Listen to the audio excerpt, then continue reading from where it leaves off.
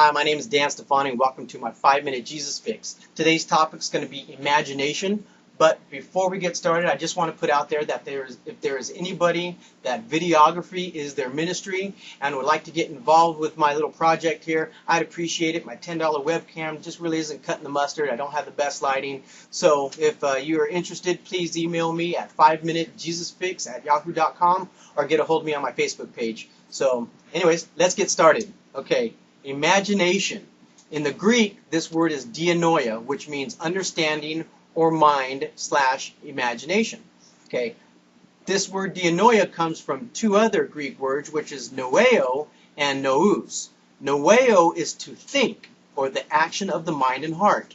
Nous is the mind, or the organ of mental perception and apprehension.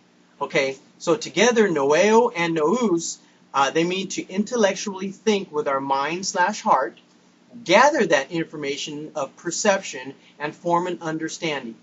Okay, you hear people say it all the time, use your imagination. So to simplify it, it would be to say what they're asking us is for us to use our information in our mind, form a perception and understanding, and then act upon that understanding in our own creative way. Now the question is, does God ever ask us to use our imagination? And if so, where do we find it in the scriptures? Okay, interestingly enough, we see Jesus recite Deuteronomy 6:5 when being quizzed by some Pharisees in Matthew 22:37. But you will notice Jesus switches the word might, that's in Deuteronomy 6:5, to mind/dianoia in Matthew 22:37. Another glance of the same encounter is in Mark 12:30. It's where Jesus again uses the word dianoia, but also strength is added.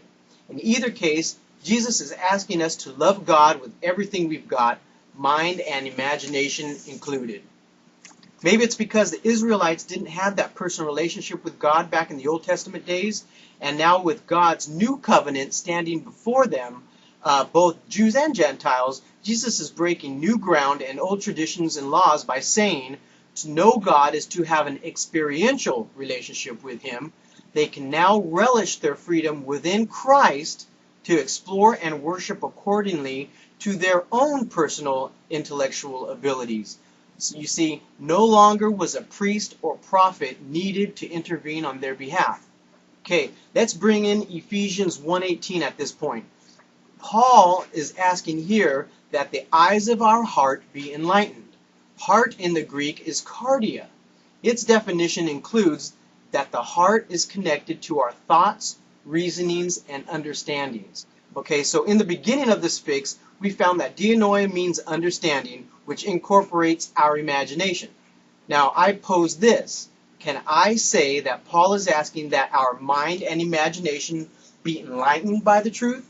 If so, shouldn't we be using our imagination more as a tool for the furtherance of God's Word?